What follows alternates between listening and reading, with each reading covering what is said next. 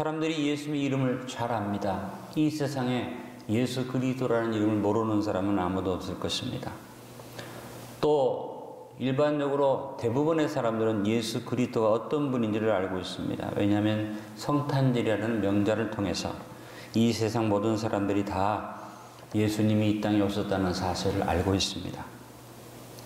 그러나 대부분의 사람들은 예수님이 무슨 일을 이루셨는가에 대해서 수없이 듣고 또 수없이 보고 있지만 믿지 않습니다. 듣고 이해하고 아는 사람도 안타까운 것은 믿지 않는다는 것이 참으로 안타까운 것입니다. 여러분, 만약에 지금 여러분에게 아주 좋은 물건이 생산되어 나왔다면 금방 소문이 퍼질 것이고 사람들은 그 정보만 들어도 뭐 암에 특효약이다 그러면 누구든지 그걸 암에 걸린 사람은 사 먹으려고 하지 않겠습니까? 그런데 영생을 얻는 특효약이라고 알려줘도 온 세상이 떠들어도 사람들이 쳐다도 안 보는 기이한 현상이 지금 오늘 우리 세계 속에 일어나고 있는 것입니다. 말합니다. 믿기만 해라. 특효약, 암의 특효약이 나오면 아마 몇천만 원씩 하겠죠. 그래도 병이 낫는다고 생각하는 사람들은 그 돈을 주고 그걸 사 먹을 것입니다. 그러나 영생을 얻는 특효약에 대해서 그냥 무료다, 공짜다 얘기해도 사람들이 관심도 갖지 않는다. 정말로 안타까운 일이 아닐 수 없습니다. 이유가 뭘까요? 듣는데 온 세계가 예수님에 대해서 얘기하고 크리스마스는 명절을 지키는데 예수님의 부활에 대해서 그런 사기가 어디 있느냐고 하는 사람이 있지만 그래도 대부분의 사람들은 부활절을 지키고 특별히 유럽 쪽에는 부활절이 성탄절보다 더 큰 휴가기가 연휴 기간이 되는 그런 예수님의 부활에 대해서도 사람들이 다 아는데 듣고 이해하고 알고 다 아는데 믿지 않는다는 사실입니다. 여러분, 그 이유가 무엇입니까? 바로 거짓의 아비 마귀에게 사람들이 잡혀있기 때문입니다. 그래서 이 세상에 가장 무서운 저주가 뭔지 아십니까? 불신앙이 무서운 저주입니다. 여러분, 이 저주에서 벗어나는 것을 감사하시기 바랍니다. 무서운 불신앙에서 벗어나는 것을 감사하시기 바랍니다. 예수님이 이 땅에 오셨고 이 땅에 위해서 많은 일을 하셨는데 예수님께서 이루신 일이 뭐냐? 오늘 그것을 증명하고 그것을 자랑하고 그것을 확인하기 위해서 우리 성찬에 참여합니다. 따라합니다. 예수님께서 이루신 일은 바로 속죄입니다. 여러분, 예수님을 믿는 일이 무엇입니까? 바로 예수님의 속죄를 알고 믿는 것이 예수 그리스도를 바로 알고 믿는 것입니다. 어떤 분들은 예수님을 압니다. 예수님에 대해서 어쩌면 많은 지식을 가지고 있습니다. 성경도 많이 읽습니다. 그런데 가장 중요한 핵심을 믿지 않는 사람이 있습니다. 예수님의 속죄에 대해서는 그건 아니야 라고 말하는 사람이 있습니다. 좋은 교훈들이야. 예수님 정말 우리에게 훌륭한 본을 주는 삶을 사셨어. 예수님이라는 분은 정말 대단한 분이지. 그런데 예수님의 속죄에 대해서는 근데 그건 아닌 것 같아. 이렇게 말하는 사람들도 있습니다. 여러분, 우리가 계속해서 성찬을 행하는 이유가 뭔지 아십니까? 오늘 이 자리에 나와 예배드린 여러분도 예수님에 대해서 많이 알아도 예수님의 속죄에 대해서 믿음이 없다면 그건 헛믿음입니다. 가장 중요한 핵심은 예수님이 나를 위해서 죽으셨고 내가 예수님을 믿음으로 말미암아 죄 사함을 얻었으며 내가 예수님을 인해서 천국 간다는 것을 믿어야만 합니다. 참 성도의 신앙생활은 예수 그리스도의 속죄를 내 삶 속에서 거듭 확인하고 확신함으로 속죄의 은혜에 대한 감사가 넘쳐서 감사가 넘칠 뿐 아니라 감격하는 삶을 살 뿐 아니라 따라합니다. 속죄의 은혜를 전하는 것입니다. 당신 예수 믿습니까? 그러면 뭐런 대답을 해야지. 나 예수님 믿어요가 아니라 나는 예수님 믿을 뿐 아니라 예수님을 전하고 있습니다. 이 고백이 나와야만 할 줄 압니다. 제가 여러분에 물어봅니다. 여러분 예수님을 믿으십니까? 제가 방금 가르쳐 드렸잖아요. 아멘만 하시면 안 됩니다. 나는 예수님을 믿을 뿐 아니라 예수님을 전하는 사람입니다. 다시 한번 묻습니다. 성도 여러분, 예수님을 믿으십니까? 아멘. 여러분, 적어도 예수님을 믿는다면 예수님이 어떤 분인가를 알고 내 자신 속으로 믿는 것만 아니라 내가 이분이 어떤 분인가를 전하는 일을 해야만 합니다. 그 사람이 바로 속죄를 받은 사람인 줄로 믿습니다.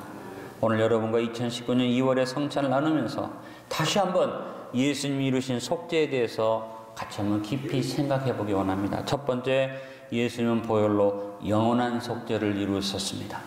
오늘 우리가 읽은 히브리서의 9장 12절의 말씀을 보니까 염소와 송아지의 피로 하지 아니하고 오직 자기의 피로 영원한 속죄를 이루사 단번에 성소에 들어가셨느니라 말했습니다. 여기에 속죄에 따라오는 아주 중요한 단어가 그것입니다. 영원한 속죄라고 말씀하셨습니다. 아담의 타락과 범죄 이후에 모든 사람은 죄 아래에 있게 되었습니다. 그 청산을 위해서, 죄의 청산을 위해서 생명의 요구가 요구되어졌습니다. 왜냐하면 죄의 삭은 바로 사망이기 때문입니다. 레위기 17장 11절에 말씀했습니다. 육체의 생명은 피에 있음이라 내가 이 피를 너에게 주어 제단에 뿌려 너의 생명을 위하여 속죄하게 하였나니 생명이 피에 있으므로 따르며 피가 죄를 속하느니라. 그래서 구약의 모든 제사는 생명의 상징인 피의 제사를 드렸습니다. 이 짐승의 피로 드려지는 제사는 매번 드려져야만 했습니다. 내가 죄를 깨닫는 그 순간순간마다 매일매일, 그래서 이스라엘 백성들은 자기들의 모든 죄를 매일매일 다 몰아서 한꺼번에 하나님 앞에 속죄한다는 의미로 아침 저녁으로 항상 드리는 번제, 속죄의 번제, 그것을 상번제라고 말했고 상번제사를 드렸습니다. 하나님은 우리를 위해서 이 상번제나 매번 드려지는 제사를 폐하시기 위하여 예수님을 보내시고 그 거룩하신 보혈을 흘리게 하심으로 말미암아 단번에 우리를 위하여 영원한 속죄를 이루셨습니다. 예수님의 보배로운 피가 속죄의 근거로 우리에게 주어졌습니다. 요한일서 1장 7절은 말합니다. 그가 빛 가운데 계신 것 같이 우리도 빛 가운데 행하면 우리가 서로 사귐이 있고 그 아들 예수의 피가 우리를 모든 죄에서 깨끗하게 하실 것이에요. 여기에 복음의 핵심이 나오죠. 따라합니다. 예수의 피가 우리 모든 죄에서 깨끗하게 하실 것이요. 예수님의 피가 우리 모든 죄를 사하는 것을 확신하시길 간절히 바랍니다. 베드로전서 1장 18절로 19절에 말합니다. 너희가 알거니와 너희 조상이 물려준 헛된 행실에서 대속함을 받은 것은 은이나 금같이 없어질 것으로 된 것이 아니요 오직 흠없고 점없는 거룩한 그리스도의 보배로운 피로 된 것이니라. 여러분의 죄 사함 받은 것은 금이나 은이나 다이아몬드나 루비나 사파이어로 된 것이 아니라 다른 어떤 재물로 된 것이 아니라 흠도 없고 점도 없는 아무 죄도 없는 어린 양 같은 예수님의 보혈, 보배로운 피로 우리가 영원한 속죄를 이룬 것을 믿으시길 바랍니다.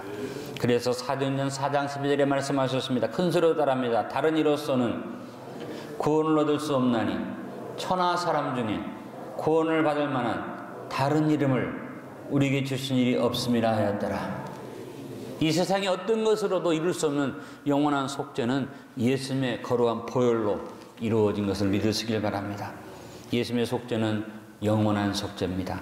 우리를 위한 생명의 값이 하나님의 생명이기 때문입니다. 모든 생명의 기원이 되는 하나님의 생명으로 값을 지불했기 때문에 우리의 속죄는 그냥 속죄가 아니라 영원한 속죄인 것을 믿으시길 바랍니다. 오늘 성찬을 나누면서 무엇보다도 이 놀라운 축복에 감격해야만 합니다. 예수님은 점도 없고 흠도 없는 보배로운 자기 피 곧 하나님의 생명으로 영원한 속죄를 이루셨습니다. 둘째로 예수님은 단번에 영원한 속죄를 이루셨습니다. 짐승의 피로 드려졌던 속죄의 제사는 여러 번 계속해서 매번 드려져야 했습니다. 그러나 하나님은 예수를 보내셔서 단번에 우리의 죄를 속죄하셨습니다. 복음의 핵심이 뭡니까? 영원한 속죄가 복음의 핵심 키워드의 첫 번째라면 복음의 핵심의 두 번째 키워드는 단번에라는 뜻입니다. 예수님의 가장 중요한 영원한 속죄는 그 영원한 속죄를 위해서 여러분이 필요 없었습니다. 단번에 모든 일을 끝내셨다고 말합니다.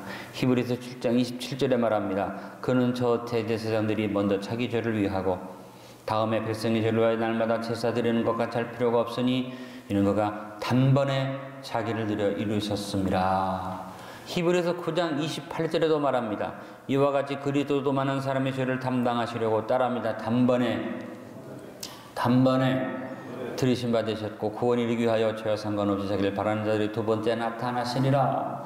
히브리서 10장 10절도 말합니다. 이 뜻을 따라 예수 그리스도의 몸을 어떻게 드리심으로 단번에 드리심으로 말미암아 우리가 거룩함을 얻었노라. 여러분, 단번이라는 의미는 예수님께서 단 한 번으로 우리의 과거와 현재와 미래의 모든 죄까지 속죄를 이루신 것을 말합니다. 예수님의 속죄에 지체된 것도 없고 보류된 것도 없습니다. 어떤 죄도 넉넉하게 속죄할 수 있습니다. 주님이 단번에 회개해 오셨기 때문에 이제는 매번 예수님의 이름으로 회개하기만 하면 우리는 죄 사함을 얻습니다. 오늘 성찬 나누면서 다른 거 기억할 것 없습니다. 단번에 이루신 영원한 속죄에 대해서 감사드리며 증인의 각오를 새롭게 합시다. 단번인데 효력은 영원하다. 효력이 영원한데 그것이 어떻게 이루어졌다? 여러 번 나눈 것이 아니라 단번에 이루어졌다. 그래서 복음의 핵심 두 가지를 기억해야만 합니다. 영원한 속죄요, 단번에 이루어진 속죄입니다. 할렐루야. 세 번째, 예수님의 속죄는 우리를 거룩한 섬김으로 나아가는 길을 열어주셨습니다. 예수 그리스도의 영원한 속죄를 얻은 우리는 하나님을 섬기는 섬김의 자리로 나아가는 자격을 얻게 됩니다. 바로 의롭다 하심을 얻는다는 것입니다. 오늘 14절은 말합니다. 하물며 영원하신 성령으로 말미암아 흠없는 자기를 하나님께 드린 그리스도의 피가 어찌 너희 양심을 죽은 행실에서 깨끗하게 하고 살아계신 하나님을 섬기게 하지 못하겠느냐. 여러분, 속죄의 결과로 우리에게 얻어진 축복이 바로 이 자리입니다. 거룩한 섬김의 자리에 우리가 설 수 있게 된 것, 하나님의 은혜 중에 은혜요. 특별히 성찬에 참여하는 것, 큰 은혜 중에 은혜임을 기억하시길 바랍니다. 거룩하신 하나님은 아무나 섬길 수 없습니다. 거룩한 백성만이 하나님을 섬길 수 있는 것입니다. 하나님은 모든 섬김과 모든 헌신과 모든 제물을 받으시는 것 아닙니다. 구약의 제일 처음에 나오는 이야기 속에 하나님이 받으시는 제물에 관한 이야기가 나옵니다. 하나님은 아벨에 대해서는 연락하셨으나 가인에 대해서는 연락하지 아니하셨음을 기억해야만 합니다. 예배라고 다 받으시는 것이 아니고, 내가 주여 주여 부르짖는다고 다 그 기도를 응답하는 것이 아니고, 내가 하나님 앞에 나와서 헌신하고 희생한다고 주님이 그것을 다 인정해 주는 것은 아닙니다. 마지막 날 주님이 오셨을 때 내가 주님의 이름으로 이것도 행하고 저것도 행하고 할 때 주님이 나는 너를 도무지 알지 못한다. 불법을 행하는 자에 물러가라고 말씀하실 수 있다고 주님 말씀하셨습니다. 여러분, 하나님은 아벨에 대해서는 연락하셨지만 가인에 대해서는 연락하지 않았다는 사실을 기억하면서 우리는 주님 앞에 속죄의 은총을 힘입어 거룩한 섬김으로 나가는 축복에 대해서 감사해야만 합니다. 거듭남의 감격 속에서 주님의 거룩하신 보혈을 의지한 헌신이 아닌 헌신은 주님이 연락하지 않았습니다. 많은 헌금 의미 없습니다. 아무리 열심히 넘치는 헌신 의미 없습니다. 중요한 것은 그 이전에 무엇이 필요합니까? 물론 하나님 앞에 많은 예물을 드리는 것도 중요한 일이 되겠죠. 특별한 열심을 가지고 열심히 주를 섬기는 것도 필요하겠죠. 그러나 제일 먼저 주어져야 할 것은 뭐냐면 하나님 앞에 우리가 거룩함으로 나아갈 수 있는 자격을 얻는 것입니다. 속죄함을 얻는 것입니다. 우리가 속죄를 얻어야 됩니다. 거듭남의 확신이 있어야만 합니다. 여러분, 속죄 은총만이 우리를 하나님 앞으로 나갈 수 있게 합니다. 에베소서 3장 12절에 바울이 말했습니다. 우리가 그 안에서 그를 믿음으로 말미암아 담대함과 확신을 가지고 하나님께 나아감을 얻느니라. 하나님께 나아감을 얻는 길은 다른 것 없습니다. 예수 안에서 믿음으로 담대함을 얻고 확신을 얻는다고 말했습니다. 오늘 우리가 성찬에 참여하는 것은 거룩한 섬김의 자리로 나가는 자격을 얻는 것을 감사하는 자리입니다. 여러분이 교회에 올라와서 아무나 다 예배드린다고 여기 있는 모든 분들이 예배를 받으시는 것 아닙니다. 여러분들이 오늘 마음을 열고 성찬의 기쁨으로 참여하는 사람만이 예배자로 인정될 수 있는 것입니다. 그냥 와서 내가 복받기 원해서 그냥 와서 내가 종교 중에 하나를 가지면 되겠지, 그런 마음으로 왔다면 이 자리는 여러분이 예배자로 서는 자리가 될 수가 없습니다. 거듭나야지 됩니다. 죄된 우리는 하나님 앞에 담대함이나 당당함을 가질 수 없습니다. 우리가 오직 예수 그리스도의 영원한 속죄 은총을 의지할 때 하나님 앞에 나아갈 수 있는 것입니다. 복음의 핵심은 일반적인 섬김이 아닙니다. 속죄의 은혜로 힘입은 섬김입니다.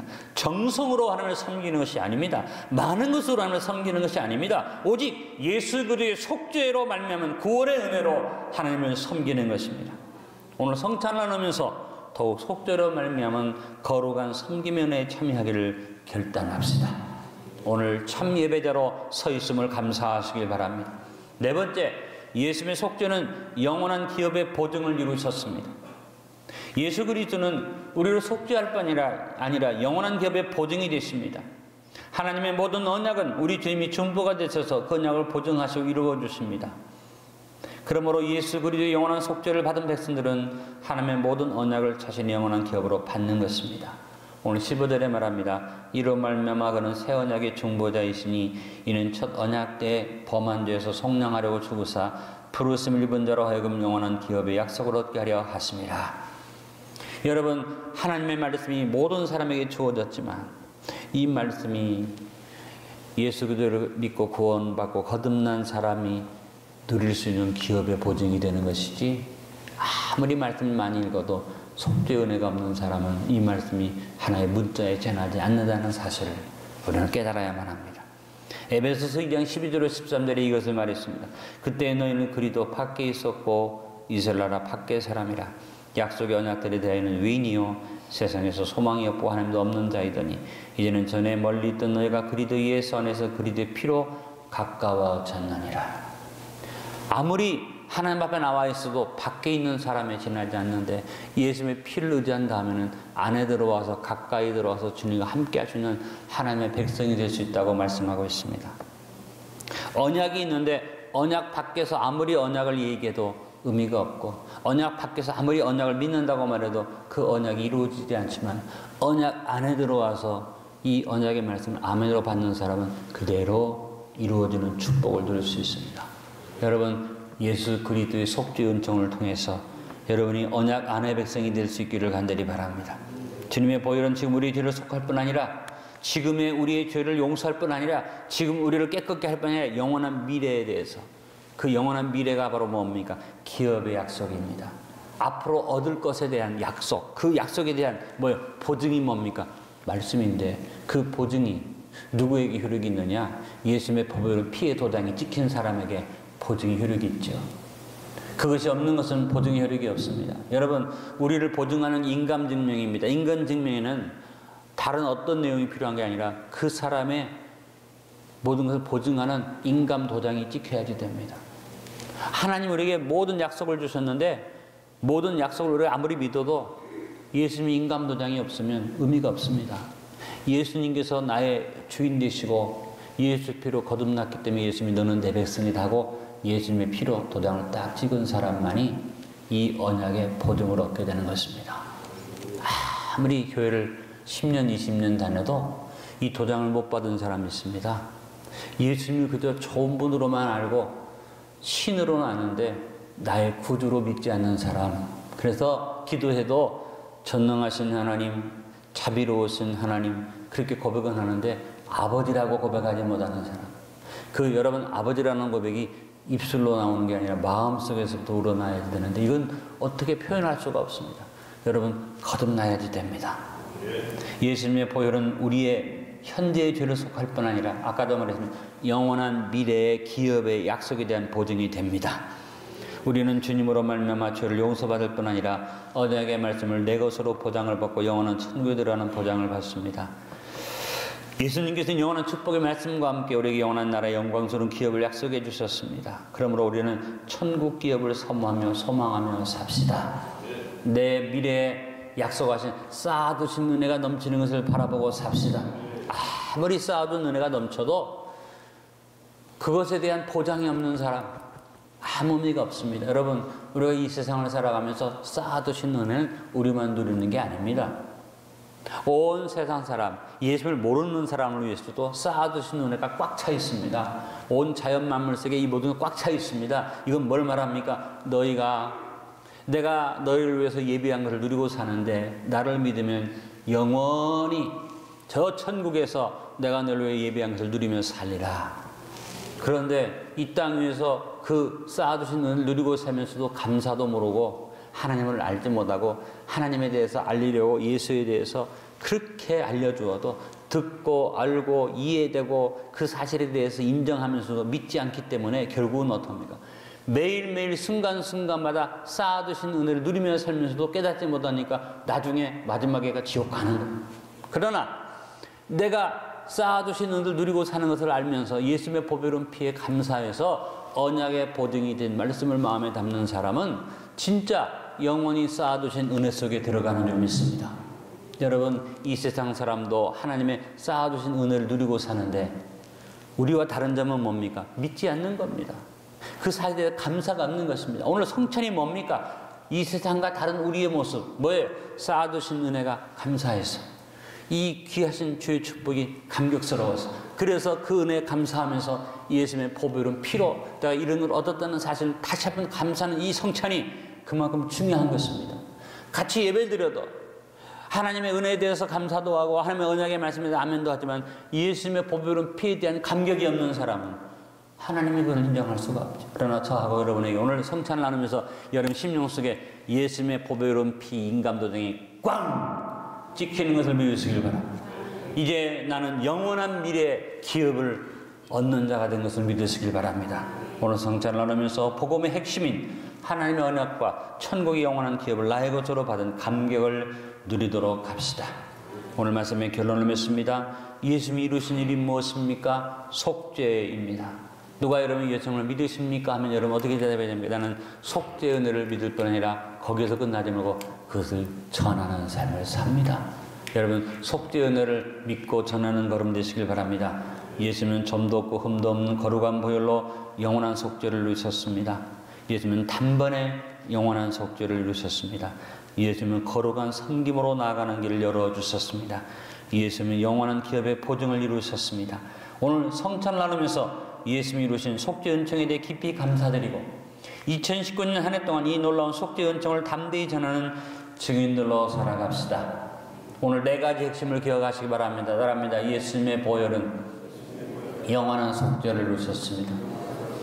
예수님은 단번에 영원한 속죄를 이루셨습니다.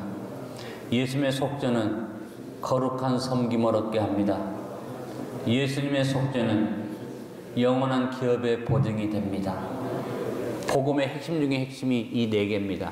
단번에 영원한 속죄, 거룩한 섬김, 영원한 기업의 보증. 이 4가지가 다 여러분의 것이 될 수 있기를 주 예수 그리스도 이름으로 축복합니다.